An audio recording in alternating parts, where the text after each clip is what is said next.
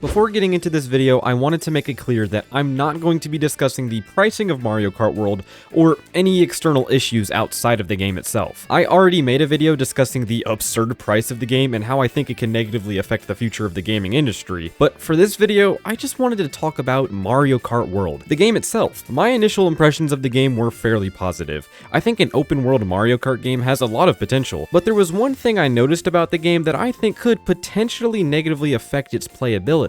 And that's the actual content of the game itself. Open world Mario Kart sounds like a blast, and so far, it looks like a lot of fun. But recently, I checked out the Nintendo Treehouse gameplay for Mario Kart World, and I have an issue. So in this particular piece of footage, they played through the first cup in Grand Prix mode. In previous Mario Kart games, Grand Prix was pretty much just a mode where you play 4 consecutive races. That's really all it was. But Mario Kart World takes a different approach to this. For the first cup, we start in Mario Bros. Circuit, and we do the standard 3-lap race that we're used to. This track looks pretty solid. Multiple alternate routes and places to mess around with the new mechanics. It checks all of the boxes. But once you complete the race, this is where it gets interesting. Instead of just being teleported to the next track, you just drive there. Since this is an open world game, all of the tracks are placed on the same map, and you can just drive to the next track. I love the interconnectedness, it's awesome. But the issue I have is that when you drive there, there's not much going on in between tracks. It's mostly just a straight line with some obstacles, and that wouldn't be much of an issue if this straight line portion didn't account for the majority of the race. Yeah, in the footage we see, this straight road takes up 2 of the 3 laps, or checkpoints. Once we get to the track itself, we only spend 1 lap there. So the majority of the race is this boring straight line, and the actual track is over in about a minute.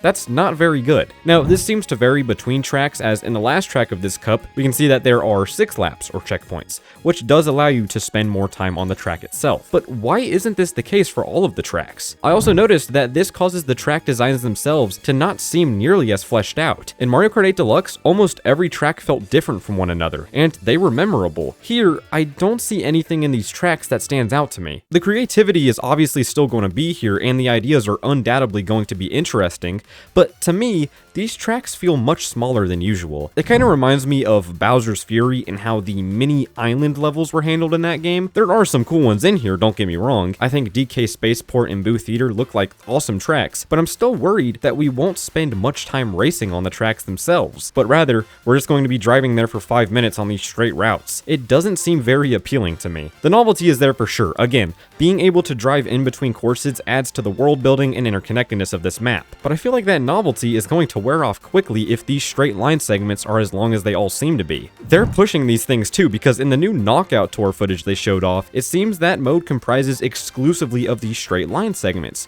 You just kind of drive through the track instead of racing on it as intended. That just doesn't seem very fun to me. And we haven't even talked about the free roam mode yet. Being able to drive wherever you want on the map and exploring all of the tracks freely sounds cool, but what is there to do? I hope there are some challenges or points of interest in this mode, because as it is now, it just seems like another novelty, something that will only be fun for so long until the player gets bored. I'm sure this game will have a lot of content. There's no doubt in my mind that there will be things to do, especially considering that there are, 80-something different characters to choose from, and there are likely other unlockable things like different vehicles and costumes, and of course, there's the online mode to mess around with. So I'm sure there's going to be content in this game. But I guess the best way to put it is that as it is now, Mario Kart World feels very empty for the most part. I'm sure we're going to see more out of the game in the upcoming Direct, and hopefully that will ease my concerns, but if this ends up being the majority of the game, then I don't think it will be very fun. Hopefully the versus mode or something else will allow you to just race on the track for 3 laps without needing to drive on one of the in-between segments, but I guess we'll just have to wait and see. But let me know what you all think about Mario Kart World in the comments down below. Are you excited for the game? Are you interested in the new stuff the game offers? But that's all for me. Thank you all so much for watching, and I'll see you all later.